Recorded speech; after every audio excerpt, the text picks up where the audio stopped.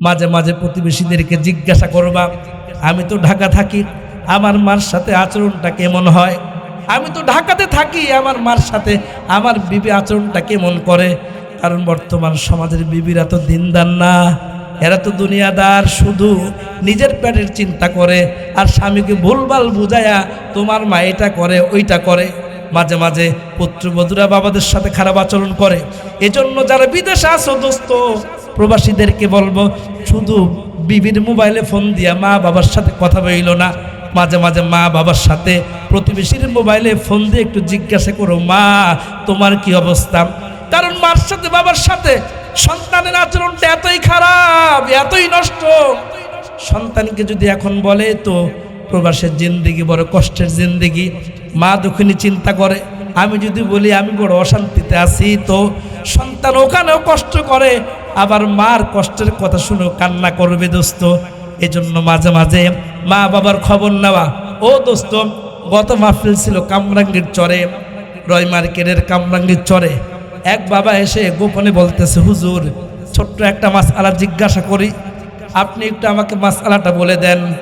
আমি সিদ্ধান্ত নিয়েছি, বয়স আমার 70 বছর, আজকে 7 বছর যাবৎ কোনো কাজ করতে পারি না, আমি অসুস্থ। আমি সিদ্ধান্ত নিয়েছি আমি আত্মহত্যা করব, গুনাহ হবে কিনা? আমি বললাম, বাবা আত্মহত্যা কেন করবেন? এবার ওই বাবা কান্নার সুরে বলতেছেন, হুজুর তাহলে আমি 5টা মিনিট আপনাকে আমার জীবনী শোনাই। আমি কামরাঙ্গীর চর থেকে নিউ মার্কেটে চাকরি করতাম। এখানে যারা ঢাকার লোক আছে, কামরাঙ্গীর চর থেকে নিউ মার্কেট 80 টাকার রিক্সা ভাড়া। আমি নিউ মার্কেটে চাকরি করতাম। এমতো অবস্থায় আমার বিবাহ হইল। এরপরে আমার একটা সন্তান আসলো। চিন্তা করলাম, আহারে সন্তানটাকে ভালো শিক্ষায় শিক্ষিত করতে হবে, ভালো স্কুলে পড়াইতে হবে। যেই দিন আমার সন্তান আমার বিবির পেটে আসছে, ওই দিন থেকে দুপুরে আমাকে লাঞ্চ করার জন্য যে টাকা দিত, ওই টাকাটা আমি লাঞ্চ না খেয়ে জমানো শুরু করছি। সকালের নাস্তা করি 11টায়, দুপুরে লাঞ্চ করি না, টাকাটা জমাই, কারণ সন্তান দুনিয়াতে আসছে যেন তার কোনো কষ্ট হয় না। এরপরে সন্তান দুনিয়াতে আসছে, আমাকে দোকান থেকে রিক্সা ভাড়া দেওয়া হয় 80 টাকা। আমি চিন্তা করলাম আজকে থেকে হেঁটে যাব, সন্তানকে ভালো স্কুলে পড়াইতে হবে। এইভাবে হুজুর আস্তে আস্তে সন্তানটাকে ভালো স্কুলে পড়াশোনা করাইলাম। সন্তানটা এখন আমার ব্যাংকে চাকরি করে, ভালো বেতন পায়। তাহলে আত্মহত্যা কেন করবেন? টাকার তো কোনো অভাব নাই। লোকটা কান্নায় ভেঙে পড়ছে, ওস্তাদজি আমার সন্তানের টাকার কোনো অভাব নাই, সন্তানটা আমারে ভালোবাসে, মিথ্যা কথা বলবো না। তবে ওস্তাদজি আমার সন্তান সমস্ত খরচ টাকা পয়সা বিবির মাধ্যমে দেয়। মাঝে মাঝে আমাকে ওষুধ কিনে দেয়, আবার মাঝে মাঝে কিনে দেয় না। 3 দিন আগের ঘটনা শোনাই। আমি তো ডায়াবেটিসের রোগী, আমার একটা ওষুধের দাম হলো মাত্র 50 পয়সা, কোনোটা 75 পয়সা। আমার পুত্রবধূ আমাকে ডাক দিয়া বলে, বুড়াকালে কত রং ঢং, ওষুধ না খাইলে সমস্যা কি? পোলার টাকাটা কেমনে ধ্বংস করবে, শুধু এই চিন্তাই থাকে। বুড়া বুড়ি একটাও ভালো না। ওস্তাদজি এই কথাটা শোনার পরে সিদ্ধান্ত নিয়েছি দুনিয়ায় আর থাকবো না, কারণ আমি তো আমার সন্তানের টাকা রং ঢং করে নষ্ট করি। এখন আপনি ফতোয়া দেন, যদি আত্মহত্যা করলে গুনাহ না হয় তাহলে আমি আত্মহত্যা করব। এজন্য আমি আমার যুবক বন্ধুদেরকে বলি, প্রবাসী বন্ধুদেরকে বলি, যারা ঢাকার বাহিরে থাকেন তাদেরকে বলি, বিবির মোবাইলে শুধু মায়ের সাথে কথা বললেন না, মাঝে মাঝে প্রতিবেশীর মোবাইলে কথা বললেন, তাহলে মায়ের দিনের কথা আপনাকে বলতে পারবে। ক্বালান নবী সাল্লাল্লাহু আলাইহি ওয়াসাল্লাম, ইযা সাররাতকা হাসানাতুকা ওয়া সাআতকা সাইয়্যাতুকা ফাআনতা মুমিন। আল্লাহর নবী মুহাম্মদ আরবি সাল্লাল্লাহু আলাইহি ওয়াসাল্লাম সাহাবায়ে কিরামকে নিয়ে বসছেন, ঈমানি কথা বলতেছেন। আল্লাহ পাক রব্বুল আলামিন নবীকে ডাক দিয়ে বলেন, নবী ওয়াযাক্কির, আপনি ওয়াজ করেন। ফা ইন্না যিকরা, যদি ওয়াজ করতে পারে অবশ্যই ওয়াজ তানফাউল মুমিনিন, যারা মুমিন ওয়াজ করলে তাদের ঈমানের ফায়দা হবে। এখন প্রশ্ন হলো, আমরা মুমিন আছি কিনা? সবাই তো মুসলমান। মুসলমান এক জিনিস আর মুমিন এক জিনিস। মুমিন এক জিনিস, মুনাফিক আর এক জিনিস। মুসলমান মুমিনও হইতে পারে, মুনাফিকও হইতে পারে। তাই তো আল্লাহর নবী মুহাম্মদ আরবি বলেন, সাহাবীরা শোনো, আল্লাহ পাক রব্বুল আলামিন আমাকে ডাক দিয়ে বলছেন ফা ইন্না যিকরা তানফাউল মুমিনিন। ও সাহাবীরা, আমি তোমাদেরকে ওয়াজ করতেছি, ফা ইন্না যিকরা, অবশ্যই এই ওয়াজ ফায়দা হবে কার জন্য? যাদের ঈমান আছে। এখন সাহাবায়ে কেরাম তো ভয় পেয়ে গেছে, আমরা তো সবাই মুসলমান, তাহলে এখানে ঈমানের প্রশ্ন কেন আসলো? তাহলে কার ঈমান আছে আর কার ঈমান নাই এটা জানার উপায় কি? আল্লাহ নবী বললেন, ইমামে বাইহাকি আলাইহির রাহমা উনি ওনার কিতাবের মধ্যে লেখেন, আল্লাহর পয়গম্বর বলেন ঈমান আছে এটা বুঝবা কিভাবে? এটা বোঝারও একটা মাপকাঠি আছে। দোস্ত, আপনার আমার বাচ্চার যখন জ্বর আসে তো তখন ডাক্তার একটা কাঠি মুখের মধ্যে ঢুকায় দেয়, আর ওই কাঠি বের করার পরে বলে 103, 4, 5, অবস্থা ভালো না। এটা হলো জ্বর মাপার একটা মেশিন, থার্মো মেশিন বলা হয়।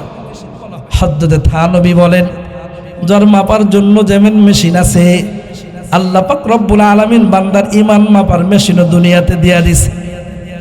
আল্লাহর নবী মুহাম্মদ আরবি সাল্লাল্লাহু আলাইহি ওয়াসাল্লাম সাহাবীদেরকে বলেন, সাহাবীরা, তোমাদের ঈমান আছে, তোমাদের ঈমানটা ভালো আছে না নষ্ট হয়ে গেছে? তোমাদের ঈমানের পাওয়ার ঠিক আছে না কমে গেছে? এটা জানার জন্য একটা উপায় আছে। যেমনিভাবে ডাক্তার কাঠির মাধ্যমে, থার্মোমিটারের মাধ্যমে যেইভাবে জ্বর মাপে, এইভাবে ঈমান মাপার মেশিন আছে। ওগো আল্লাহর পয়গম্বর, ঈমান মাপার মেশিনটা কি একটু আমাদেরকে বলে দেন, কারণটা কি? সাহাবায়ে কেরাম বলে, ঈমানের পাগল ছিলেন, আল্লাহর পাগল ছিলেন। সাহাবায়ে কেরাম রাসূলের পাগল ছিলেন, আখিরাতের পাগল ছিলেন। এজন্য নবীজির সাহাবী হযরতে আলী রাদিয়াল্লাহু তাআলা আনহু বলেন, সাহাবীরা শোনো, আমার পয়গম্বর তোমার আমার নবী বলছেন, ক্বালা আন-নাবিয়্যু সাল্লাল্লাহু আলাইহি ওয়াসাল্লাম কুনু মিন আবনাইল আখিরা।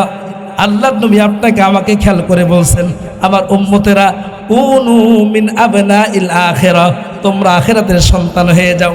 ওয়ালা তাকুনু মিন আবনাইদ দুনিয়া, ও দুনিয়ার মুসলমান ইমানদারেরা, তোমরা দুনিয়ার সন্তান হও না, আখিরাতের সন্তান হও।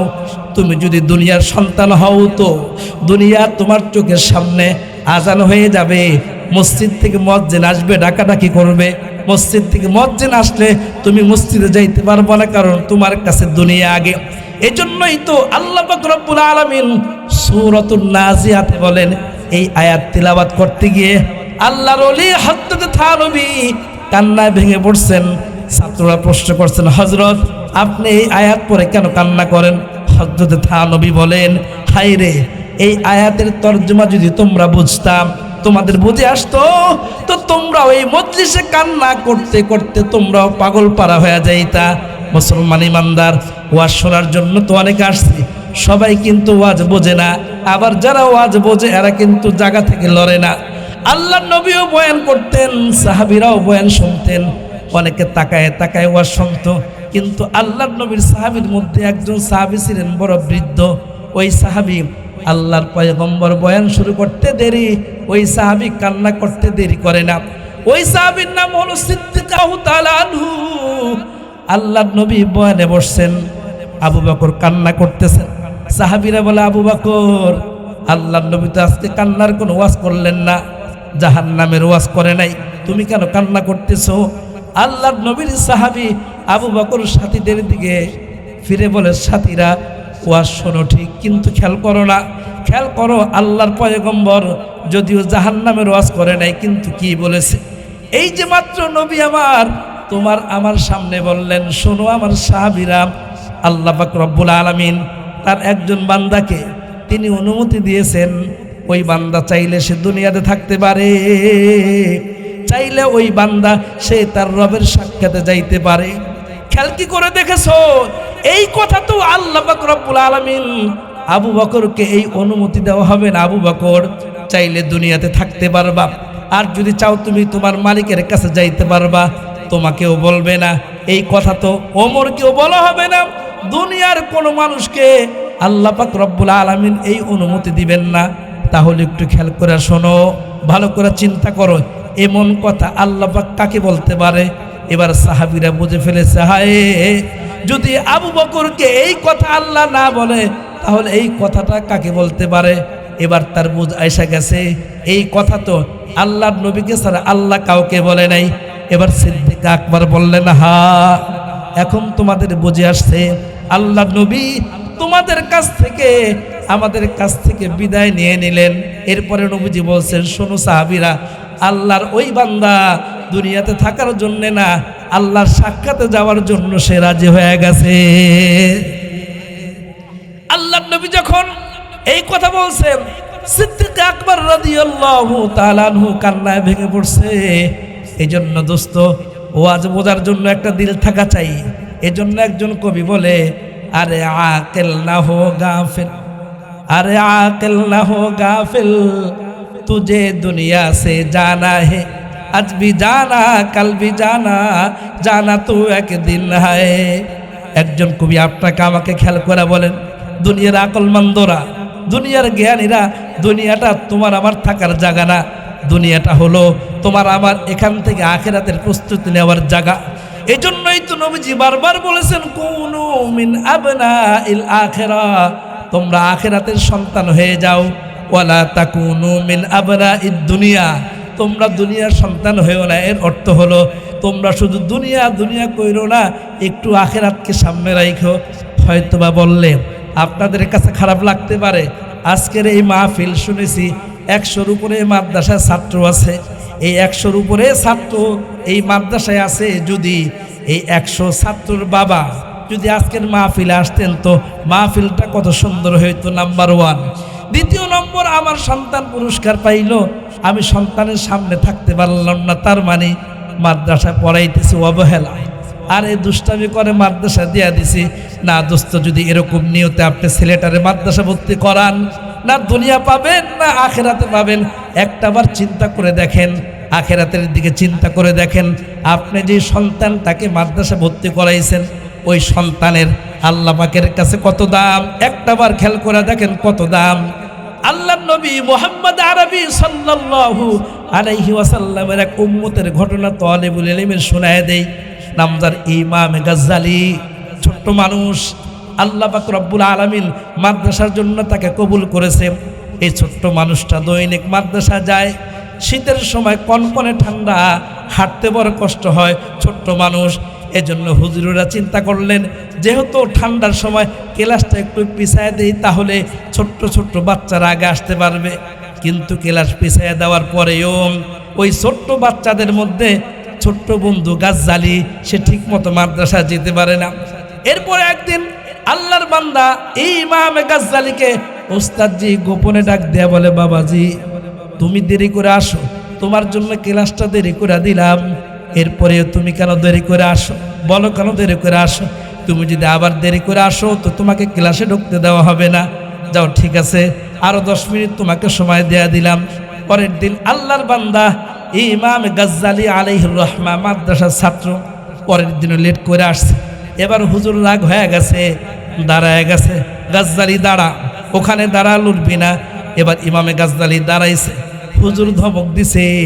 ইমামে গাজ্জালি ছোট্ট মানুষ, থরথর করে কাঁপতেছে। মাদ্রাসার ছাত্র যখন হুজুর ধমক দিয়েছেন, এত সময় দেওয়ার পরেও আজকে কেন তুমি দেরি করে আসছো? ইমামে গাজ্জালি হুজুরের ধমকে হুজুরের রাগ হয়েছে, এই জন্য চোখ থেকে টপ টপ করে পানি ছেড়া দিছে।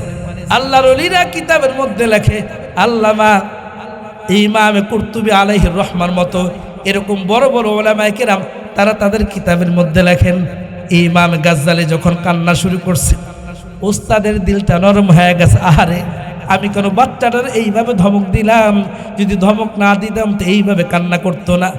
আর ইমামে গাজ্জালি এইভাবে কান্না করতেছে কারণ এমন ঘটনা তার সাথে ঘটতেছে, কাউকে বলতে পারে না।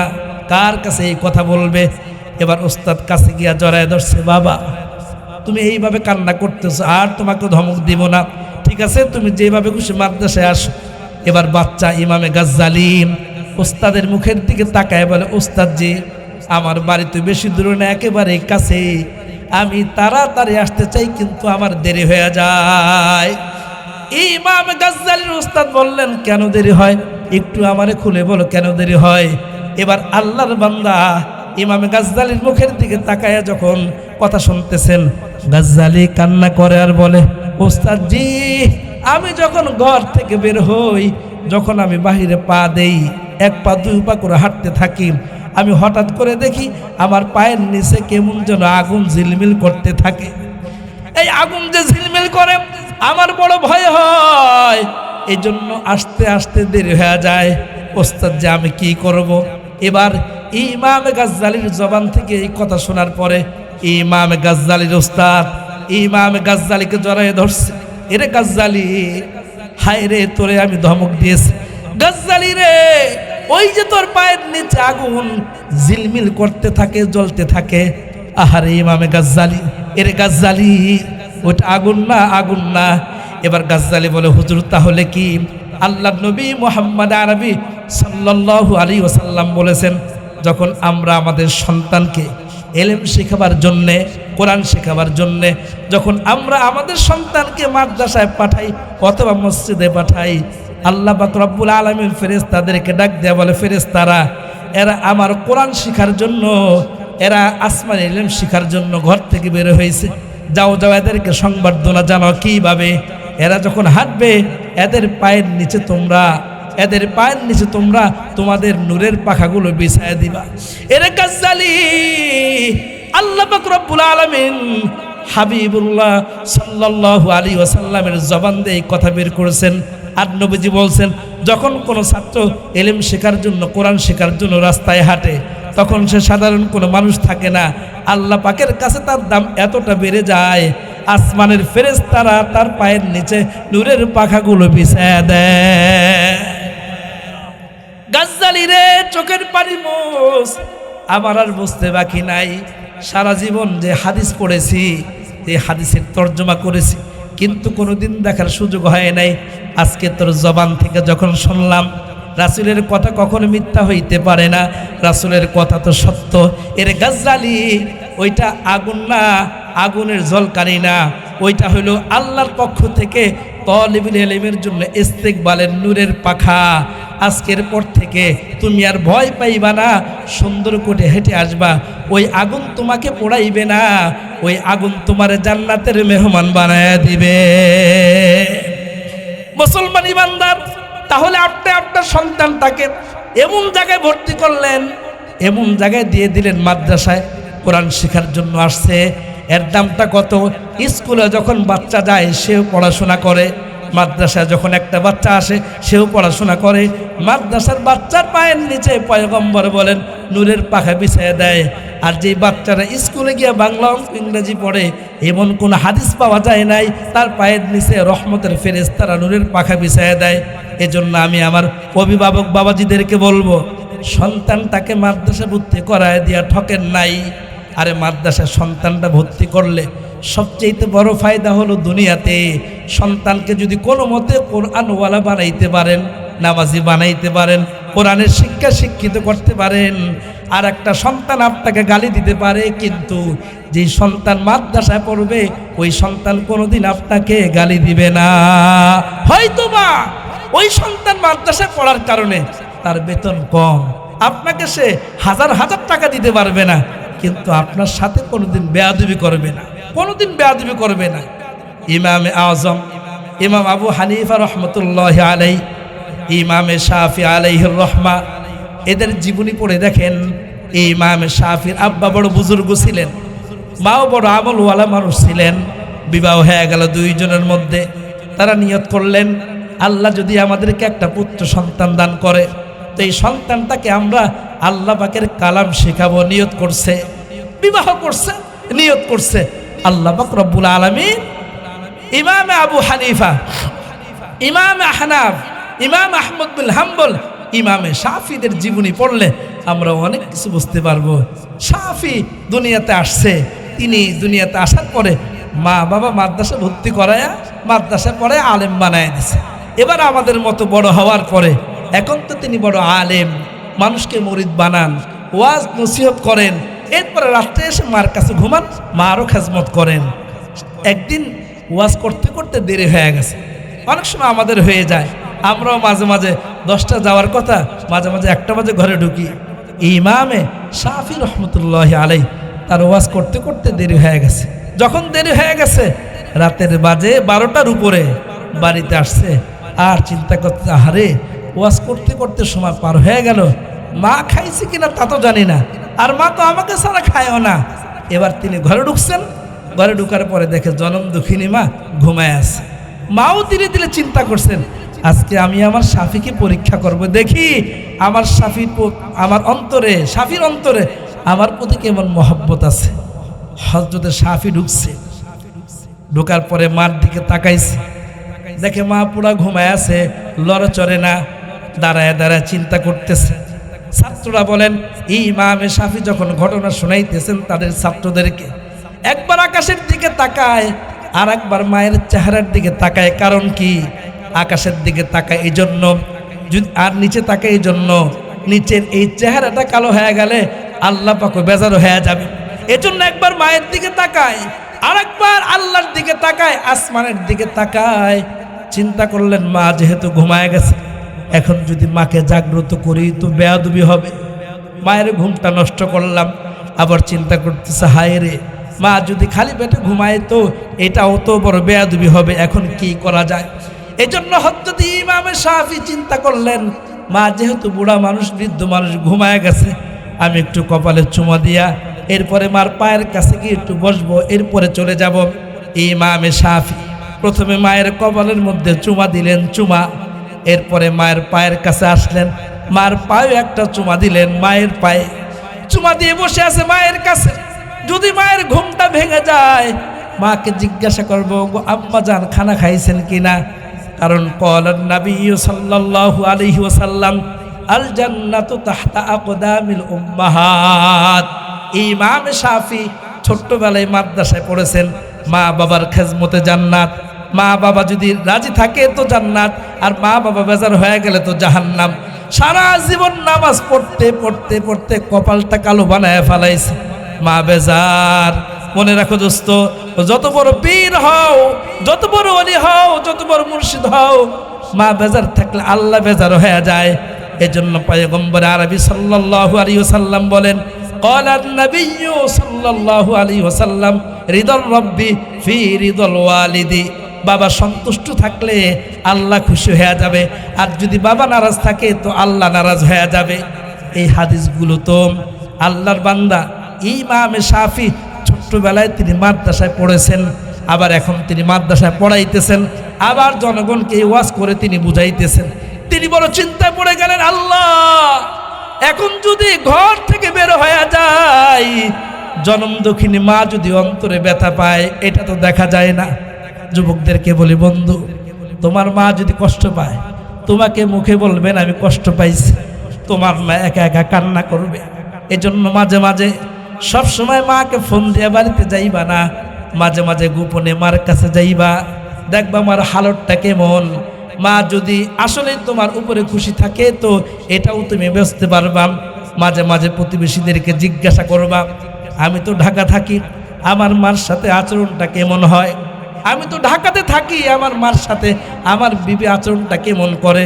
কারণ বর্তমান সমাজের বিবিরা তো দিনদার না, এরা তো দুনিয়াদার, শুধু নিজের পেটের চিন্তা করে, আর স্বামীকে ভুলভাল বুঝায়া তোমার মা এটা করে ওইটা করে। মাঝে মাঝে পুত্রবধূরা বাবাদের সাথে খারাপ আচরণ করে। এজন্য যারা বিদেশে আছো দোস্ত, প্রবাসীদেরকে বলবো, শুধু বিবির মোবাইলে ফোন দিয়া মা বাবার সাথে কথা বইল না, মাঝে মাঝে মা বাবার সাথে প্রতিবেশীর মোবাইলে ফোন দিয়ে একটু জিজ্ঞাসা করো, মা তোমার কি অবস্থা? কারণ মার সাথে বাবার সাথে সন্তানের আচরণটা এতই খারাপ, এতই নষ্ট। সন্তানকে যদি এখন বলে তো প্রবাসের জিন্দেগি বড় কষ্টের জিন্দেগি, মা দুঃখিনী চিন্তা করে, আমি যদি বলি আমি বড় অশান্তিতে আছি, তো সন্তান ওখানেও কষ্ট করে, আবার মার কষ্টের কথা শুনে কান্না করবে দোস্ত। এজন্য মাঝে মাঝে মা বাবার খবর নেওয়া। ও দোস্ত, গত মাহফিল ছিল কামরাঙ্গীর চরে, রয় মার্কেটের কামরাঙ্গীর চরে। এক বাবা এসে গোপনে বলতেছে, হুজুর, ছোট্ট একটা মাসআলা জিজ্ঞাসা করি, আপনি একটু আমাকে মাসআলাটা বলে দেন। আমি সিদ্ধান্ত নিয়েছি, বয়স আমার 70 বছর, আজকে 7 বছর যাবৎ কোনো কাজ করতে পারি না, আমি অসুস্থ। আমি সিদ্ধান্ত নিয়েছি আমি আত্মহত্যা করব, গুনাহ হবে কিনা? আমি বললাম, বাবা আত্মহত্যা কেন করবেন? এবার ওই বাবা কান্নার সুরে বলতেছেন, হুজুর, তাহলে আমি 5টা মিনিট আপনাকে আমার জীবনী শোনাই। আমি কামরাঙ্গীর চর থেকে নিউ মার্কেটে চাকরি করতাম। এখানে যারা ঢাকার লোক আছে, কামরাঙ্গীর চর থেকে নিউ মার্কেট 80 টাকার রিক্সা ভাড়া। আমি নিউ মার্কেটে চাকরি করতাম। এমতো অবস্থায় আমার বিবাহ হইল। এরপরে আমার একটা সন্তান আসলো। চিন্তা করলাম, আহারে সন্তানটাকে ভালো শিক্ষায় শিক্ষিত করতে হবে, ভালো স্কুলে পড়াইতে হবে। যেই দিন আমার সন্তান আমার বিবির পেটে আসছে, ওই দিন থেকে দুপুরে আমাকে লাঞ্চ করার জন্য যে টাকা দিত, ওই টাকাটা আমি লাঞ্চ না খেয়ে জমানো শুরু করছি। সকালের নাস্তা করি 11টায়, দুপুরে লাঞ্চ করি না, টাকাটা জমাই, কারণ সন্তান দুনিয়াতে আসতে যেন তার কোনো কষ্ট হয় না। এরপরে সন্তান দুনিয়াতে আসছে, আমাকে দোকান থেকে রিক্সা ভাড়া দেওয়া হয় 80 টাকা। আমি চিন্তা করলাম আজকে থেকে হেঁটে যাব, সন্তানকে ভালো স্কুলে পড়াইতে হবে। এইভাবে হুজুর আস্তে আস্তে সন্তানটাকে ভালো স্কুলে পড়াশোনা করাইলাম। সন্তানটা এখন আমার ব্যাংকে চাকরি করে, ভালো বেতন পায়। তাহলে আত্মহত্যা কেন করবেন? টাকার তো কোনো অভাব নাই। লোকটা কান্নায় ভেঙে পড়ছে, ওস্তাদজি আমার সন্তানের টাকার কোনো অভাব নাই, সন্তানটা আমারে ভালোবাসে, মিথ্যা কথা বলবো না। তবে ওস্তাদজি আমার সন্তান সমস্ত খরচ টাকা পয়সা বিবির মাধ্যমে দেয়। মাঝে মাঝে আমাকে ওষুধ কিনে দেয়, আবার মাঝে মাঝে কিনে দেয় না। 3 দিন আগের ঘটনা শোনাই। আমি তো ডায়াবেটিসের রোগী। আমার একটা ওষুধের দাম হলো মাত্র 50 পয়সা, কোনোটা 75 পয়সা। আমার পুত্রবধূ আমাকে ডাক দিয়ে বলে, বুড়াকালে কত রং ঢং, ওষুধ না খাইলে সমস্যা কি? পোলার টাকাটা কেমনে ধ্বংস করবে, শুধু এই চিন্তাই থাকে। বুড়া বুড়ি একটাও ভালো না। ওস্তাদজি এই কথাটা শোনার পরে সিদ্ধান্ত নিয়েছি, দুনিয়ায় আর থাকবো না, কারণ আমি তো আমার সন্তানের টাকা রং ঢং করে নষ্ট করি। এখন আপনি ফতোয়া দেন, যদি আত্মহত্যা করলে গুনাহ না হয় তাহলে আমি আত্মহত্যা করব। এজন্য আমি আমার যুবক বন্ধুদেরকে বলি, প্রবাসী বন্ধুদেরকে বলি, যারা ঢাকার বাহিরে থাকেন তাদেরকে বলি, বিবির মোবাইলে শুধু মায়ের সাথে কথা বললেন না, মাঝে মাঝে প্রতিবেশীর মোবাইলে কথা বললেন, তাহলে মায়ের দিলের কথা আপনাকে বলতে পারবে। বলতেছিলাম দোস্ত, সন্তানটার মাদ্রাসা পড়ান তো আপনার ফায়দা হবে। হযরত ইমাম শাফি আলাইহির রাহমাত মায়ের পায়ের কাছে বসে বসে তিনি ঝুমাইতেছেন। মা সোজা হইয়া বসছে, কারণ মা তো ঘুমায় নাই। দুনিয়ার সবাই ঘুমায় গেলেও সন্তান ঘরের বাহিরে থাকলে একজন ঘুমায় না। আওয়াজ করে বলেন, উনি কে? দুনিয়ার সবাই ঘুমায় গেলেও জনম দুঃখিনী মা ঘুমান না। কিন্তু সন্তান মনে করছে মা বুড়া মানুষ তো মনে হয় ঘুমায় গেছে। সন্তান যখন মায়ের পায়ের কাছে বসে বসে ঝুমতেছে, দেখি মা ওঠে কিনা। মা উঠে সোজা হইয়া বসছে, এবার সন্তানের মাথায় আদর করতেছে। ইমামে শাফি আশ্চর্য হয়ে গেছে, মা তুমি ঘুমাও নাই? মা বলে, বাবা তুই ঘরে আসবি না আর আমি ঘুমায়া যাব কেমনে চিন্তা করতে পারলি? তুই ঘরে আসলি না, আমি ঘুমায়া গেলাম, এটা কেমনে তুই চিন্তা করলি? তুই ঘরে না আসলে কোনোদিন ঘুমাইছি? ইমামে শাফি বলে, মা গো আমার ভুল হয়ে গেছে। বলে, না কোনো ভুল হয় নাই। এবার ইমামে শাফির মা কান্না শুরু করছে। ইমামে শাফি বলে, মা তুমি যদি এইভাবে কান্না করো, আল্লাহ বেজার হয়ে গেলে আমি জাহান্নামে হয়ে যাব। ইমামে শাফির মা বলে, মা গো। ইমামে শাফির মা বলে, বাবা রে আমি যে কান্না করতেছি এই কান্নাটা দুঃখের কোনো কান্না না, এটা অভিশাপের কান্না না। তুই রাতে দেরি করে আসছো সেই জন্য কান্না না। তাহলে মা কেন তুমি কান্না করতেছ?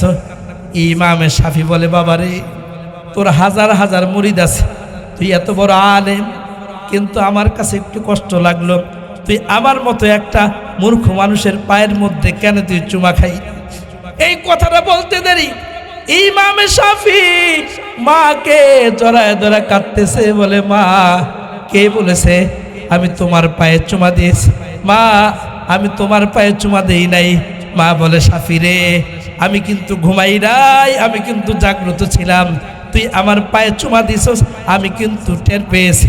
এবার ইমামে শাফি বলে, মা গো আমি তোমার পায়ে চুমা দেই নাই, তাহলে কি করছস রে বাবা? ইমামে শাফি বলে, ও গো মা ছোটবেলায় মাদ্রাসায় পড়েছি, এখন মাদ্রাসায় পড়াই, জনগণকে ওয়াজ করি, قال النبي صلى الله عليه وسلم الجنة تحت أقدام الأمهات ওগো মা আমি তোমার পায়ে চুমা দেই নাই, আমি আমার জান্নাতের মধ্যে চুমু খেয়েছি। জোরে কোন আল্লাহু আকবার, আর জোরে বলেন আল্লাহু আকবার। মুসলমান ইমানদার ইমামে শাফি যখন মাকে এইভাবে বললেন, মা কান্নায় ভেঙে পড়ছে, আরো বেশি কান্না করতেছেন। এবার ইমামে শাফি মার কান্না দেখে মাও কান্না করে, ইমামে শাফিও কান্না করে। মা গো এখন তুমি কান্না করো, কান্নার কারণটা কি? এবার ইমাম শাফির মা বলে, বাবারে আমরা তো দুইটা বোন, দুই বোনেই দুনিয়াতে আছি, মাও নাই রে বাবা, বাবাও অনেক আগে মারা গেছে, আর স্বামীও মারা গেছে, একজন বিধবা নারী আমি, আমার বোনেরও স্বামী মারা গেছে, সেও বিধবা, আমার এক সন্তান আর আমার বোনের দুইটা পুত্র সন্তান। আমি কান্না করতেছি এজন্য, তুইও মানুষ আর আমার বোনের ঘরেও দুইটা পুত্র সন্তান হয়েছে। শুনবিনি শাফি তোরে বলি, আমি গত সপ্তাহে বেড়াইতে গেছিলাম বোনের বাড়িতে। বেড়াইতে যাওয়ার পরে আমার বোন খুব কান্না ভেঙে পড়ছে। আমার বোন বলে, বোন রে তুই যদি তোর বাড়িতে আমার একটু আশ্রয় দিতি। আমি বললাম, কেন? তোর সন্তানের তোর টাকা পয়সার অভাব নাই, আমার বাড়িতে কেন আশ্রয় নিবি? বোন আমার কান্না ভেঙে পড়ছে। টাকা তো ঠিক আছে, সন্তানের টাকার কোনো অভাব নাই, কিন্তু বোন রে তোর বাড়িতে গেলে তোর সন্তান যেইভাবে খেদমত করে দেখি কলিজাটা ঠান্ডা হয়ে যায়। আমার সন্তান গালি ছাড়া কথা বলে না, যদি কোনো কথা বলি মাঝে মাঝে আমাকে মারার জন্য আসে, খারাপ ভাষায় কথা বলে। আর আমি যখন তোর বাড়িতে বেড়ায় আসলাম, দেখলাম তোর সন্তান মা ছাড়া কথা বলে না, তোর সন্তান কত আদর করে, তোর খেদমত করে। আমার সন্তান আমারে খাবার দেয় ঠিক, কিন্তু আমার সাথে খারাপ আচরণ করে। বোন রে কোন দিন যেন এই খারাপ আচরণের কারণে যেন আত্মহত্যা করে ফেল। তুই কি আমার একটু আশ্রয় দিবি? এরে বোন একটু আশ্রয় দিবি? ইমামে শাফি আলাইহির রহমান খালার কথাগুলো শুনে, খালার এই কষ্টের কথা শুনে তিনি কান্নায় ভেঙে পড়লেন। ইমামে শাফি বলে, মা গো দোষটা তো শুধু সন্তানের না, ও মা শুধু সন্তানের দোষ দিলে চলবে না। মা গো আমিও তো তোমার সাথে আচরণ করতে পারতাম, তুমি যদি আমার মাদ্রাসা না পড়াইতা। আরে ছোটবেলায় তোমার পেট থেকে দুনিয়াতে আসার পর থেকেই 7-8 বছর বয়স থেকেই হুজুররা আমাদেরকে পড়াইতো, মার খেজমতে জান্নাত, মার খেজমতে জান্নাত, বাবার খেজমতে জান্নাত, বাবার খেজমতে জান্নাত। হুজুররা ছোটবেলায় আমাদেরকে পড়াইছেন। মা বেজার তো আল্লাহ বেজার, আব্বা বেজার তো আল্লাহ বেজার। এই জন্য ছোট্টবেলা পড়তে পড়তে কোনোদিন চিন্তা করতে পারি নাই তোমার সাথে বেয়াদবি করব। এরপরে বড় হয়ে মাদ্রাসা পড়াইতেছি। ক্বালান নবী সাল্লাল্লাহু আলাইহি ওয়াসাল্লাম রিদার রব্বি ফি রিদাল ওয়ালিদি। বড় হয়ে মাদ্রাসা পড়াইতেছি, বাবার সন্তুষ্টি আল্লাহর সন্তুষ্টি। এখন আবার ওয়াজ নসিহত করে মার খেজমত করো তো জান্নাত পাইবা। ও আম্মা জান, আমার খালাও যদি আমার মতো তোমার মতো যদি সন্তানটারে মাদ্রাসা ভর্তি করে দিত, তো কোনোদিন গালি তো দূরের কথা, বড় চোখ করে তাকাইতে সাহস পাইতো না। এই জন্য মাগো দোষ তো যিনি করতেছে তারও আছে। সন্তানটা দুনিয়াতে আসার পরে আল্লাহ পাক রব্বুল আলামিন কোরআনে কি বলছে? মাগো ইন্নামা আমওয়ালুকুম ওয়া আওলাদুকুম ফিতনা। আল্লাহ বলে দিয়েছেন সম্পদ এবং সন্তান তোমার জন্য পরীক্ষা। তুমি তোমার সন্তানটাকে কোরআনের শিক্ষায় শিক্ষিত করবা তো জান্নাত, আর যদি তুমি তোমার সন্তানটাকে দুনিয়াবি শিক্ষা শিক্ষিত করো তো তোমার দুনিয়াও বরবাদ, আখিরাতেও বরবাদ। এই জন্যই তো হযরতে আলী বড় মহব্বতে বলেন, দোস্তরা আমার পয়গম্বর, আমার শ্বশুর, আমার আব্বা হুজুর বলছেন, ক্বালান নবী সাল্লাল্লাহু আলাইহি ওয়াসাল্লাম কুনু মিন আবনাইদ দুনিয়া ওয়ালা তাকুনু মিন আবনাইল আখিরা। হযরত আলী বলছেন, আমরা কেউ যেন দুনিয়াদার না হয়ে যাই, আখিরাত হয়ে যাই। এই জন্য এই মাদারীপুরের দোস্তদেরকে বলি, সন্তানটারে কমসে কম কোরআন শেখান, কোরআনের মাদ্রাসা ভর্তি করেন, তো দুনিয়াতেও শান্তি পাইবেন, আখিরাতেও শান্তি পাইবেন। আওয়াজ করে বলেন কথা ঠিক কিনা? আমি তো বললাম দোস্ত, আমি তো আপনাদের এই এলাকায়। মাঝে মাঝে অনেকে বলে এমনি করে সামনে করে। আমার বড় ভাই এখানে বসা, আমার আম্মা প্রায় 10 বছর যাবৎ, আব্বা মারা যাওয়ার পরে আমার আম্মার মাথায় একটু সমস্যা দেখা দিয়েছে। সকালে নাস্তা করছে 10টা বাজে, 11টা বাজে কয় কিছুই দিল না বউরা। বললাম মা বউ কেন দিব, নাস্তা না আমি খাওয়াই গেলাম। তো তখন বুঝতে পারলাম বয়স হয়ে গেলে মানুষ পাগলের মতো হয়ে যায়, বুড়া আর গুড়া এক সমান। আমরা যদি আলেম না হইতাম, আমার মার যে বর্তমান মানসিক যে অবস্থা, 19 থেকে 20 হলে রাগ হয়ে যায়। আমার আম্মা যেটা করবে এটাই মাইনা নিতে হবে, আমরা এটাই মাইনা নেই শুধু মাদ্রাসা পড়ার কারণে। এই যে আমাদের চরে জায়গা যাচ্ছে, মাটি কাটার জন্য বলছি একভাবে, সাক্ষী আছে আমার বড় ভাই এখানে আছে, মাটি কাটার জন্য বলছি একভাবে, আমার মা পুরা 1.5 জোড়া মাটি কাটছে, 15,000 টাকা বেশি লাগছে। আমি ছোট ভাইরে বলছি টাকা পাঠিয়ে দিলাম, মার ব্যাপারে কোনো কথা বলা যাবে না। উনি যদি এইভাবে সন্তুষ্ট থাকে 15,000 আর এক দিক দিয়ে এসে পড়বে, আওয়াজ করে এখন ঠিকটা বেঠি। এই কাজটা যদি মাদ্রাসা না পড়তাম, আয়সা তো একচোট ঝগড়া করতাম, বেশি বুঝো, বুড়া মানুষ এই করে সেই করে। আমারও মনে চাইছে বলতে, কিন্তু কোরআনে তো আমাকে বাধা দেয় না, মার সাথে এরকম আচরণ করা যাবে না, মার সাথে এরকম আচরণ করা যাবে না যে আচরণে মা বেজার হয়ে যায়, আল্লাহ বেজার হয়ে যায়। এই জন্য দোস্ত, আমি আমার সন্তানকে মাদ্রাসা পড়াইলে দুনিয়াতে আমার বড় ফায়দা হবে, সন্তান আমার সাথে বেয়াদবি করবে না। আল্লাহ পাক রব্বুল আলামিন সন্তানদেরকে মাদ্রাসা পড়াবার তৌফিক দান করে, আমিন। যে আয়াতটা তিলাওয়াত করেছিলাম, ওয়ামান আ'রাদা আন যিকরি ফাইন্না লাহু মাঈশাতান দনকা, আল্লাহ পাক রব্বুল আলামিন এই আয়াতটা তিলাওয়াত করে আর হযরত থানবী কান্নায় ভেঙে পড়ে। মুসল্লিরা বলে হুজুর কোরআন তো আমরা পড়ি, আপনিও পড়েন, এইভাবে কোরআন পড়ে কেন কান্না করেন? হযরত থানবী বলতেছিলেন, হায় রে, কোরআনের এই আয়াতের তরজমা যদি বুঝতা, আপনাদেরকেও বলে দেই। সূরা তাহা 20 নম্বর সূরা, 16 নম্বর পারার 20 নম্বর সূরা, 124 নম্বর আয়াত, গুগলে সার্চ দিয়ে তাফসীর পড়বেন, কলিজাটা ঠান্ডা হয়ে যাবে। হযরত থানবী বলেন, এই আয়াতের তরজমা যদি তোমরাও বুঝতা তো তোমরা কান্নায় ভেঙে পড়তা। আল্লাহ পাক রব্বুল আলামিন এই আয়াতে বান্দার 2টা শাস্তির কথা বলছে। এই শাস্তি শুনলে তো তোমরা পাগল হয়ে যাইবা। 1 নম্বর শাস্তি হলো দুনিয়াতে, 2 নম্বর শাস্তি হলো আখেরাতে। দুনিয়ার শাস্তি হলো টাকা পয়সা থাকবে ঠিক, কোনোদিন সুখ শান্তি করতে পারবা না। ওয়ামান আ'রাদা আন যিকরি ফাইন্না লাহু মাঈশাতান দনকা ওয়া নাহশুরুহু ইয়াওমাল কিয়ামাতি আ'মা ক্বালা রাব্বি লিমা হাশারতানি আ'মা ওয়া ক্বাদ কুনতু বাসীরা। আল্লাহ পাক রব্বুল আলামিন বলেন, হযরত থানবী তরজমা করতেছেন মুরিদদেরকে, আর থানবী কান্না করতেছে, কারণ তারা তো আখেরাত দেখে, চোখের সামনে তারা জাহান্নাম বেশি ওঠে। আপনার আবার চোখের সামনে যদি জাহান্নাম বেশি উঠতো হতো, আপনি আমিও কান্না করতাম। জাহান্নাম চোখের সামনে বেশি ওঠে না, জাহান্নামের কথা চিন্তা করি না।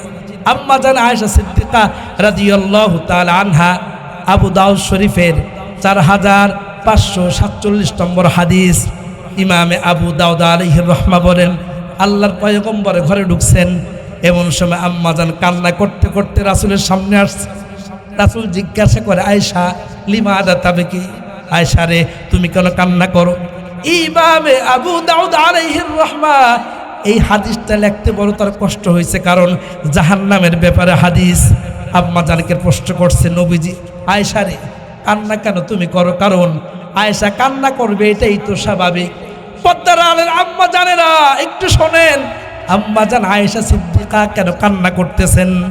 নবীজি প্রশ্ন করেন, আয়েশা তুমি কেন কান্না করো? আয়েশার কান্নার পাওয়ার আরো বেড়ে গেছেন। হয়তো আল্লাহর নবী চিন্তা করছেন, আয়েশা ধরিঘরের মেয়ে, টাকা পয়সার কোনো অভাব ছিল না সিদ্দিকা আকবরের, আরে কাপড় চুপুরের কোনো অভাব ছিল না, খাবারের কোনো অভাব ছিল না। কিন্তু আয়েশা মুহাম্মদুর রাসূলুল্লাহর ঘরে আসার কারণে ঠিকমতো খাবার খাইতে পারতেন না। দিনের পর দিন চুলায় জ্বলতো না, তো কি খাবে? কষ্ট হইতেছে, এজন্য মনে হয় কান্না করতেছে। আল্লাহর নবীও কান্না শুরু করছে। এবার আম্মা জান আয়েশা সিদ্দিকা বলেন, ওগো আল্লাহর পয়গম্বর, আমি কেন কান্না করতেছি জিজ্ঞাসা করতেছেন? বলে, হ্যাঁ কেন কান্না করো? আম্মা জান আয়েশা সিদ্দিকা পয়গম্বরের মুখের দিকে তাকায় বলে, নবী আমার, আপনি আমার দুনিয়াতে বড় ভালোবাসেন। হুমায়রা বলে ডাক দেন, হুমায়রা খুব মহব্বত করেন। আমি যখন কখনো অসুস্থ হয়ে যাই আমার মাথায় পানি দিয়ে দেন। ও যুবক বন্ধুরা, স্ত্রী অন্যায় করলে মাইটটা তো ভালোভাবে দিতে পারি, অন্যায় করলে শাসন ভালোভাবে করতে পারি, কিন্তু স্ত্রী অসুস্থ হয়ে গেলে তার সেবা যত্ন করা রাসূলের আদর্শ। আম্মা জান আয়েশা সিদ্দিকা বলেন, ওগো আল্লাহর পয়গম্বর, আমি অসুস্থ হয়ে গেলে আপনি আমার মাথায় পানি দিয়ে দেন, আপনি আমাকে আদর্শ হাক করেন, ঘর থেকে বের হন না, নামাজটা পড়ে ঘরের মধ্যে চলে আসেন, আমার সেবা যত্ন করেন। আল্লাহর পয়গম্বর এত মহব্বত করেন আপনি আমাকে। আপনার কাছে আজকে একটা জিনিস জানতে চাই, দুনিয়াতে এত মহব্বত করেন, ওগো আল্লাহর পয়গম্বর, চোখটা যদি বন্ধ হয়ে যায়, আখেরাত যদি হয়ে যায়, ওগো নবী আমার, দুনিয়াতে যেইভাবে আপনি আমার খোঁজ খবর নেন, অসুস্থ হয়ে গেলে আমার সেবা যত্ন করেন, আমার জন্য ঔষধের ব্যবস্থা করেন, ক্ষুধা লাগলে খাবারের ব্যবস্থা করেন, নবী গো যদি ইন্তেকাল করি, আমাদের দুনিয়া থেকে বিদায় হয়ে যায়, হাসরের ময়দানটা কায়েম হয়ে যায় গো আল্লাহর নবী, তাহলে কি আপনি হাসরের ময়দানে আমাদের কোনো খোঁজ খবর রাখতে পারবেন কিনা? আল্লাহর নবী কান্নায় ভেঙে পড়ছে। নবীজির কান্না দেখে আম্মা জান আয়েশা সিদ্দিকাও আরো কান্না শুরু করছে। আল্লাহর পয়গম্বরের চোখের পানি দেখে আম্মা জান আয়েশা সিদ্দিকাও কান্না শুরু করছেন। নবীজি সাল্লাল্লাহু আলাইহি ওয়াসাল্লাম বলেন, আয়েশা রে, মানুষ তিন জায়গায় কেউ কাউকে স্মরণ করতে পারবে না। লা ইয়াযকুরু আহাদুন আহাদান, হাসরের ময়দানে তিনটা জায়গার মধ্যে কেউ কারো খোঁজ খবর নিতে পারবে না। এর মধ্যে একটা জায়গা হলো ইনদাল মিজান, মিজানের পাল্লার সামনে কেউ কারো খোঁজ খবর নিতে পারবে না। তবে আয়েশা, আল্লাহ যদি আমাকে অনুমতি দেয় তো আমি পারবো, দুনিয়ার কোনো মানুষের খবর নিতে পারবে না। আম্মা জান আয়েশা সিদ্দিকা কান্না ভেঙে পড়লেন, কারণ দুনিয়াতে আমলের মাধ্যমে যদি আখিরাত বানায় না যেতে পারে তো তাহলে জাহান্নাম ছাড়া কোনো উপায় নাই। এজন্য আম্মা জান আয়েশা সিদ্দিকা কান্না ভেঙে পড়ছে। আম্মা জান আয়েশা সিদ্দিকা ওই ব্যক্তি, আল্লাহ পাক রব্বুল আলামিন এই পবিত্র কোরআনের হাফেজ যাদেরকে বানাইছেন, আল্লাহর নবীর পরে পৃথিবীর প্রথম কোরআন হাফেজ হইলেন আম্মা জান আয়েশা সিদ্দিকা রাদিয়াল্লাহু তাআলা আনহা। প্রথম হাফেজা আম্মা জান আয়েশা সিদ্দিকা রাদিয়াল্লাহু তাআলা আনহা। উনি জাহান্নামের কথা মনে পড়ে কান্না করতেছেন। ওগো আল্লাহর পয়গম্বর, যদি জাহান্নামী হয়ে যায়, যদি জাহান্নামে ঠিকানা হয়ে যায় তো আমার অবস্থা কি হবে? ওগো নবী, দুনিয়ার খাওয়া দাওয়ার জন্য কান্না করি না, দুনিয়াতে সুখ শান্তির জন্য কান্নাকাটি করি না, আখিরাতের জন্য কান্নাকাটি করি। পয়গম্বর আরবি সাল্লাল্লাহু আলাইহি ওয়াসাল্লাম আম্মা জান আয়েশা সিদ্দিকাকে বললেন, প্রথম জায়গা হলো মিজান, দ্বিতীয় জায়গা হলো পৌলসিরাত। যখন পৌলসিরাতের উপরে উঠবে তখন কেউ কাউকে মনে রাখতে পারবে না। তৃতীয় জায়গা হলো যখন আমল নামাটা সামনে দেওয়া হবে, ফা আম্মা মান সাকুলাত মাওয়াজিনু ফাহুয়া ফি ঈশাতির রাদিয়া ওয়া আম্মা মান খাফফাত মাওয়াজিনুহু ফা উম্মুহু হাওিয়া। যদি আমল নামাটা ভারী হয় তো তুমি আমি জান্নাতের মেহমান হয়ে যাব, আর যদি আমল নামাটা খারাপ হয়ে যায় তো জাহান্নাম ছাড়া তো কোনো উপায় নাই। ওই জাহান্নামের ময়দানে যেখানে মানুষ বিচারের পরে কেউ জান্নাতে যাবে আর কেউ জাহান্নামে যাবে, রব্বে কারিম তোমাকে আমাকে ডাক দিয়ে বলে, দোস্ত, দুনিয়াতে সামান্য থেকে সামান্য অজুহাতের কারণে আমরা নামাজটা ছেড়ে দিই, অথচ আল্লাহ পাকের হাবিব বলেন, ওয়ামান আ'রাদা আন যিকরি, আল্লাহ আমাকে বলছেন, ওয়ামান আ'রাদা আন যিকরি ফাইন্না লাহু মাঈশাতান দনকা। দুনিয়ার কোন মানুষ যদি আল্লাহর জিকির থেকে দূরে থাকে, জিকিরের দ্বারা মাকসাদ আল্লাহ পাকের জিকির, জিকিরের দ্বারা উদ্দেশ্য নামাজ, জিকিরের দ্বারা উদ্দেশ্য হলো দিন। কেউ যদি দিন থেকে সরে যায়, শরীয়ত থেকে সরে যায়, মুখ ফিরায় নেয়, আল্লাহ পাক রব্বুল আলামিন আপনাকে আমাকে দুইটা শাস্তি দিবেন। দুনিয়ার শাস্তি হলো দুনিয়াতে কোনোদিন শান্তি পাবো না, সংকীর্ণ এক জীবন আসবে আমাদের সামনে, টাকা পয়সা থাকবে, ভোগ করতে পারবো না। আর আখিরাতের শাস্তিটা কি হবে দোস্ত? আখিরাতের শাস্তিটা বড় ভয়াবহ। আখিরাতের শাস্তি হবে এই যে সুন্দর হদ্দুদে থানবী কেন কান্না করতেছিলেন, এই যে সুন্দর চক্ষু দিয়ে আমার দিকে তাকিয়ে আছেন, এই সুন্দর চোখটাকে আল্লাহ তাআলা বন্ধ করে দিবেন। বলেন না নাউজুবিল্লাহ। ছোট্ট থেকে ছোট্ট অজুহাত দিয়ে আম্মা জান নামাজ ছেড়ে দেন, ছোট্ট থেকে ছোট্ট অজুহাত দিয়ে স্বামীর খেজমত বন্ধ করে দেন, ছোট্ট থেকে ছোট্ট অজুহাত দিয়ে শ্বশুর শাশুড়ির খেজমতটা বন্ধ করে দেন, ছোট্ট থেকে ছোট্ট অজুহাত দিয়ে আল্লাহ পাকের কালামের তিলাওয়াতটা ছেড়ে দেন। কেন কোরআন পড়ো না? দেখো না 3 বাচ্চার মা, এগুলোকে সামলানো যায়? 3 বাচ্চার মা শুধু আপনি হয়েছেন, হযরতে ফাতেমার কোনো বাচ্চা হয় না, তিনি কোরআন পড়েন নাই। হযরতে ফাতেমার কোনো বাচ্চা হয় নাই, তার বিবাহ হয় নাই, তিনি কোরআন পড়েন নাই। এজন্য আমি আমার বন্ধুদেরকে বলবো, আমাদের মায়েদেরকে, তাদেরকে হযরতে ফাতেমার জীবনী পড়ান, হযরতে খাদিজাতুল কুবরার জীবনী পড়ান। আহারে, কারেন্ট চলে গেছে, এখন তো আমরা কেউ ফ্যানের বাতাস ছাড়া কেউ চলতে পারি না। কারেন্ট চলে গেছে, ঘরের বউরা রাস্তা চলে আসছে, শ্বশুর জিজ্ঞাসা করে, মা তুমি রাস্তা কেন আসছো, যাও ঘরে যাও। পুত্রবধূ উত্তর দেয়, আব্বা কারেন্ট চলে গেছে, গরম লাগে, কারেন্ট চলে গেছে, গরম লাগে, এই জন্য রাস্তা চলে আসছি। আম্মা জান, আপনি আমি যেই ঘরে থাকি এই ঘরের ভিতরে হয়তো ফ্যান বন্ধ হয়ে গেছে, কিন্তু দরওয়াজা জানালা খোলা আছে, দরওয়াজাও আছে, জানালাও আছে, কিন্তু আম্মা জানে না চোখটা বন্ধ হয়ে যাওয়ার পরে তোমার আমার এমন এক ঠিকানা হবে, আল কবরু রাউযাতুম মিন রিয়াদিল জান্নাহ আও হুফরাতুম মিন হুফারিন নার। চোখটা বন্ধ হয়ে যাওয়ার পরে তোমার আমার প্রথম ঠিকানা হলো কবর। তোমার দুনিয়ার ঘরে দরওয়াজাও ছিল, জানালাও ছিল, কিন্তু আখিরাতের যেই ঘর, আখিরাতের ঘর কবর, প্রথম ঘাঁটি আমার, এই প্রথম ঘাঁটিতে দরওয়াজা আছে। কথা বলেন, হাতগুলো উপরে উঠান দেখি, হাতগুলো উপরে উঠান, বলে নারায়ে তাকবীর, নারায়ে তাকবীর। মাশাআল্লাহ। যেটা বলতেছিলাম কবর, বলেন কি বলছি, একটু কথা বলেন। আমার পরে যিনি আলোচনা করবেন, মাজলুম আলেমে দ্বীন, দীর্ঘদিন জেল খেটেছেন, জেল খাটতে খাটতে হযরতের অবস্থা একেবারেই খারাপ, ঠিকমতো খাওয়া দাওয়া করতে পারেন না। আমরা অনেকেই জানি, যারা জেল খেটেছি, জেলখানা খাবারের সাথে প্রয়োজন মিশিয়ে দেওয়া হয়। হযরত কিন্তু এত কথা বলবে না, হযরতের সামনে আদবের খিলাফ করলে বয়ান বন্ধ করে দোয়া করে দেবে। এজন্য হযরত যদি কোনো কথা জিজ্ঞাসা করে আওয়াজ করে বলতে হবে, পারবো তো ইনশাআল্লাহ? মাশাআল্লাহ, ইনশাআল্লাহ তো আসতে গেছে, পারবেন তো ইনশাআল্লাহ? খিচুড়ি নাই, খিচুড়ি আছে তো, তো আপনারা মরার মতো বসে থাকলে তো ক্ষুধা লাগবে না। এই জন্য জোরে কথা বললে তাহলে দেখবেন যে পেট খাইলে হইলে খিচুড়ি বেশি খেতে পারবে। ভাই আমরা তো মাদ্রাসায় পড়ছি, আমরা যে মাদ্রাসায় পড়ছি, এই যে আমি, আমার বড় ভাই পাশে বসা, আমি যে মাদ্রাসায় মাওলানা হয়েছি, মুফতি হয়েছি, ওই মাদ্রাসা আমার বড় ভাইও মাওলানা পড়ছে, বুখারী পড়ছে। আমার বড় ভাই পরে পড়ছে, আগে পড়েন নাই। আমার ভাই সাক্ষী, জিজ্ঞাসা করেন ওই মাদ্রাসা খাবার দেওয়া হয় 2 বেলা, কয় বেলা? ওই বড় ভাই বসা আছে তো, ওনার ছেলে ওই মাদ্রাসা পড়ছে, খাবার দেয় কয় বেলা? তাও কি 1000 ছাত্র, 1000 ছাত্রের জন্য পাক করা হয় 5 কেজির একটা খাসি, পশমও ভাগে পাওয়া যায় না, আর গোস্ত দূরের কথা, পশমও ভাগে পাওয়া যায় না। তো আমরা ছাত্র জীবনটা এইভাবে কাটাইছি। মাঝে মাঝে হুজুরা বলতে, এই দাওয়াত আছে, কে যাবি? তো কইতাম, হুজুর আমার লয়ে যান, আমি তো এখানে আবাসিক থাকি, খাই তো 2 বেলা, তো কি খাওয়াইবে ওর জিজ্ঞাসা করতাম। হুজুর কয় বিরিয়ানি খাওয়াইবে। তো বিরিয়ানি যেহেতু খাওয়াবে, তখন আস্তে করে দোকান থেকে 1 টাকাতে একটা পেঁয়াজ কিনে নিয়ে যেতাম, কারণ পেঁয়াজ দিয়ে বিরিয়ানি বেশি খাওয়া যায়।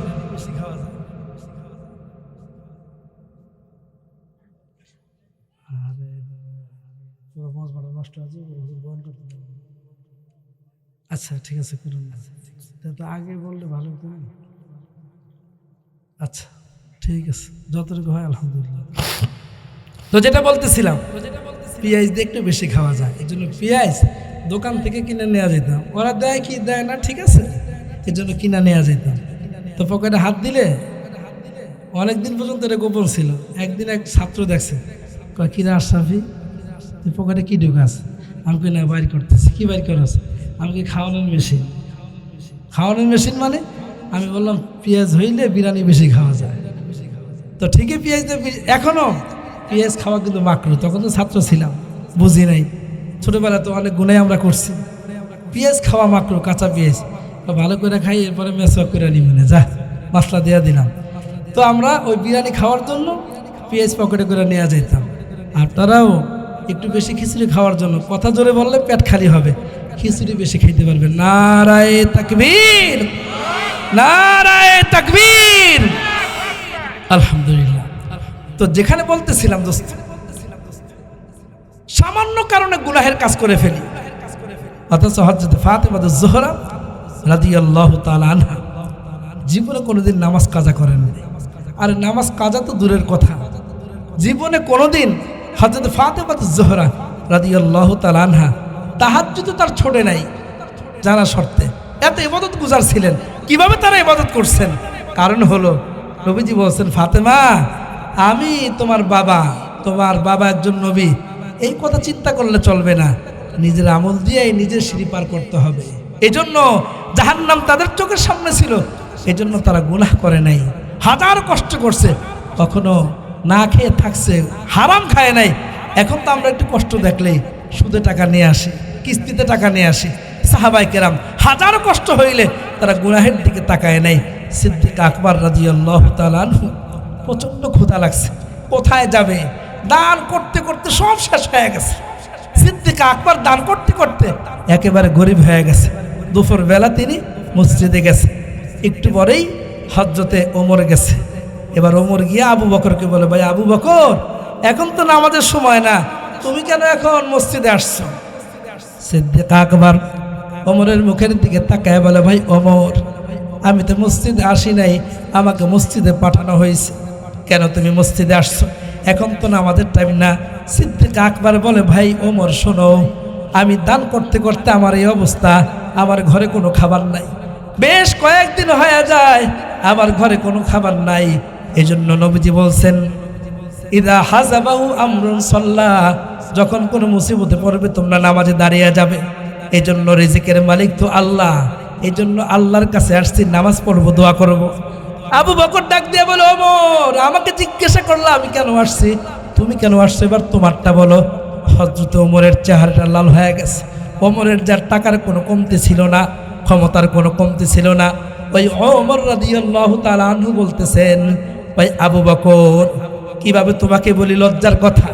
কারণ সাহাবায়ে কেরাম নিজের কোনো কথা কারো কাছে শেয়ার করতেন না। মুসিবতে পড়লো দুনিয়ার কারো কাছে বলতেন না, তারা মুসিবতে পড়লে বলতেন আল্লাহর কাছে নামাজের মাধ্যমে। সিজদার মধ্যে গিয়ে কান্না করতেন।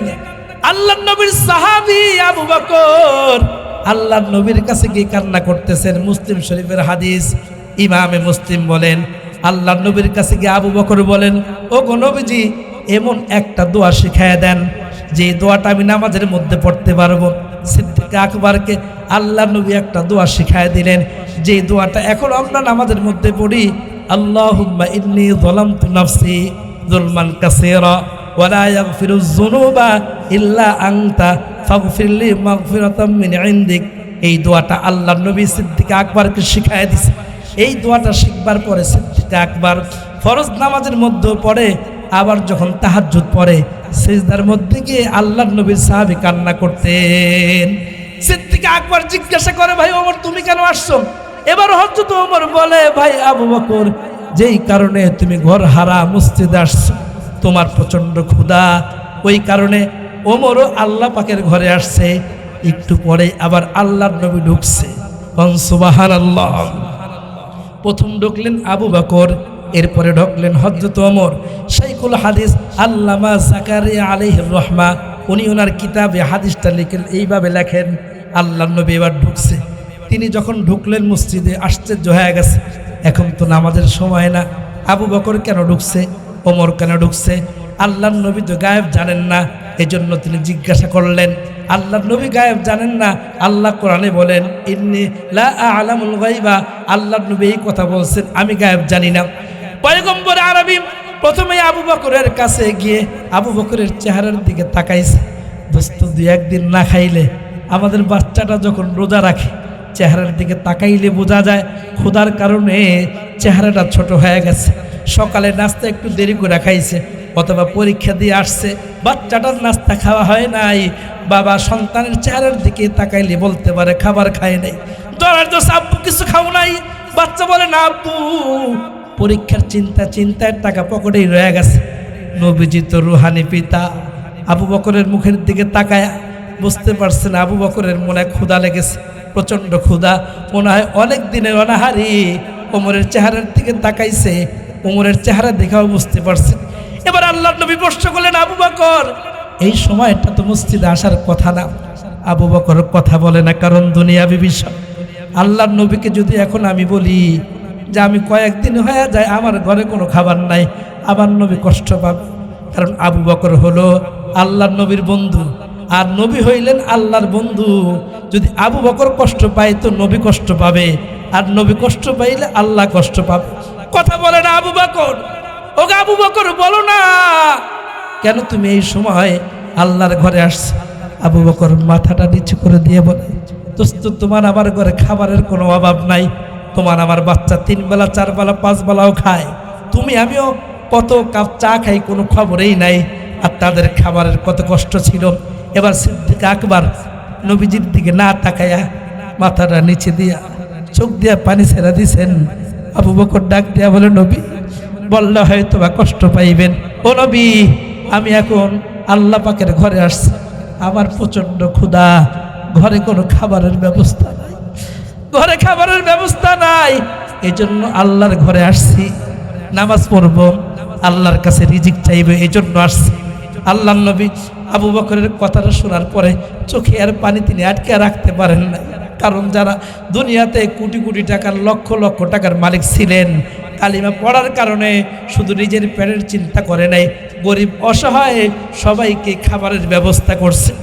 আল্লাহর নবী এবার ওমরের দিকে তাকায় বলে, ওমর, তুমি কেন এই সময় আল্লাহ পাকের ঘরে আসছো?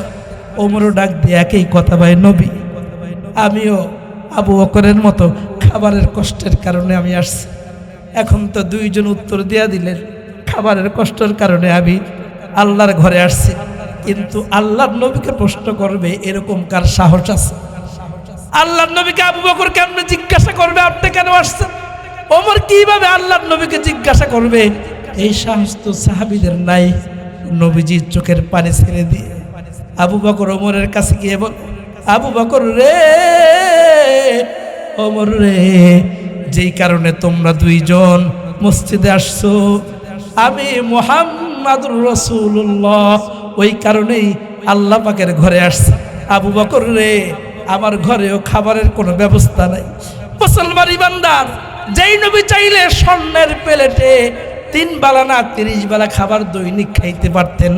নবীজি কোনোদিন দুনিয়ার চিন্তা করেন নাই, আখিরাতের চিন্তা করছেন। কারণ নবীজি সাহাবীদেরকে বলছেন, কুনু মিন আবনাইল আখিরা ওয়ালা তাকুনু মিন আবনাইদ দুনিয়া। আল্লাহর নবী বললেন, আমিও খাবারের অভাবে এখানে আসছি। এবার আল্লাহর নবী বললেন, আবু বকর, ওমর, চলো আমরা আবু আইয়ুব আনসারীর বাড়িতে যাই, একটু টাকাওয়ালা মানুষ। নবীজি আবু আইয়ুব আনসারীর বাড়িতে গেলেন, কারণ তার 2 জন সাহাবী না খেয়ে আছেন, তিনি সহ্য করতে পারেন নাই।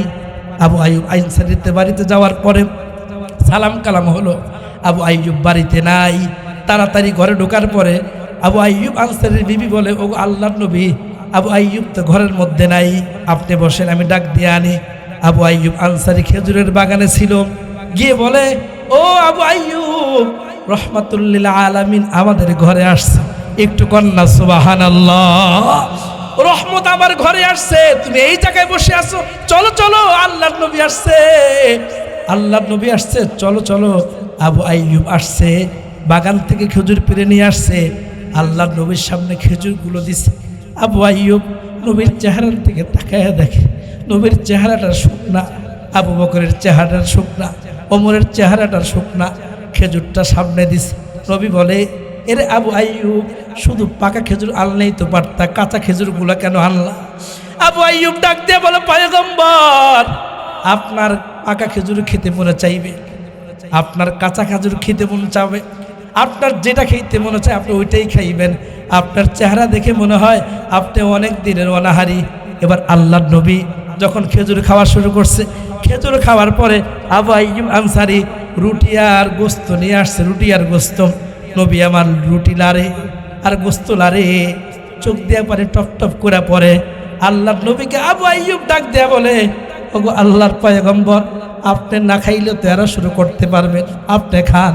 নবী বলে, এরা আবু আইয়ুব, আমি কেমনে খাই? আমার ফাতেমার ঘরেও কোনো খাবারের ব্যবস্থা না। আবু আইয়ুব, আমি কেমনে খাই বল? আমার ফাতেমার তো একই অবস্থা। আমার ফাতেমার ঘরেও কোনো খাবারের ব্যবস্থা নেই। ভাইও যা একটু আমার ফাতেমারে খাবার দিয়া। এই হলো নবীদের অবস্থা, এই হলো সাহাবীদের অবস্থা, এই হলো বিশ্বনবীর খাবারের অবস্থা, এই হলো হযরত ফাতেমা জোহরার সংসারের অবস্থা। পর্দার আলের মাগো, লম্বা সময় তার কথা বলা যাবে না, তোমাদের পায়ে ধরে বলি, তোমার আমার কাপড়ের অভাব নাই, কিন্তু নামাজ পড়ার বড় অভাব।